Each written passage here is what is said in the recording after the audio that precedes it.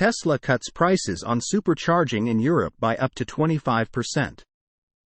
It seems we learn about new Tesla price cuts a few times a week these days. However, this time, it's not on the EV maker's cars, but rather, its proprietary DC fast charging network. Tesla has now cut supercharging prices in most European markets. As most legacy automakers field the transition from gas to electric cars, budgets are constrained, and they're losing money. This will change over time, but the initial investments are substantial. Tesla spent most of its existence on the verge of bankruptcy.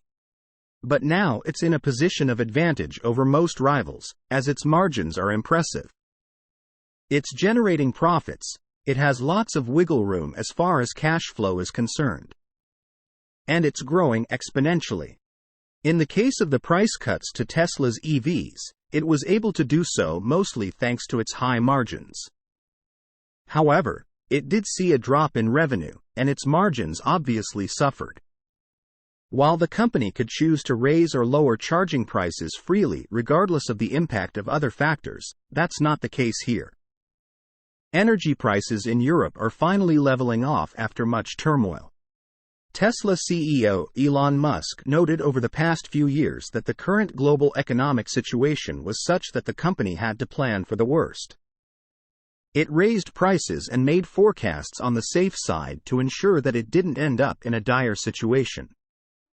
Now that the pandemic has officially come to an end, supply chain issues are fading away, and the price of energy appears to be somewhat stable. Companies can begin to transition back to the way things were before all the turmoil. The war in Ukraine also had a notable impact, and while the conflict hasn't been resolved, it's having much less of an impact than it was in the past year. Source: reposted and summarized from Stephen Loveday at Inside EVS.